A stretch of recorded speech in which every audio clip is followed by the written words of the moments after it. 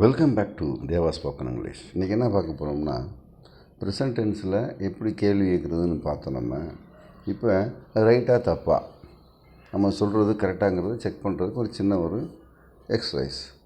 Two போடணுமா டஸ் போடணுமா இது தெரிஞ்சுக்கணும் இல்லையா? வாங்க பார்க்கலாம். ரைட்டாக தப்பா. இப்போ டூ போடணுமா டஸ் போடணுமா சொல்லுங்கள் பார்க்கலாம். கொஞ்சம் எக்ஸசைஸ் உள்ள போவோம். Why dash you waste your time? Why dash you waste your time? இப்போ என்ன பண்ணணும்? டூ போடணுமா டஸ் போடணுமா? படிச்சிருக்கோம். ஐவியூ தே வந்தால் நம்ம டூ போடணும். அப்போ why do you waste your time? ஓகேயா? அடுத்து பாருங்கள். Where dash she want to go? அவள் எங்கே போக விரும்புகிறாள்? அவள் she வந்துருச்சு. அப்போ என்ன சொல்லணும்? Where does she want to go?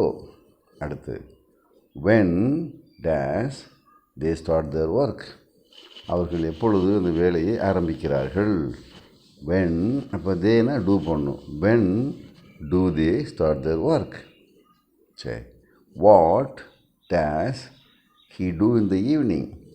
அவர் அல்லது அவன் மாலை நேரத்தில் என்ன செய்கிறான்? what does he do in the evening? அதே மாதிரி how dash it work?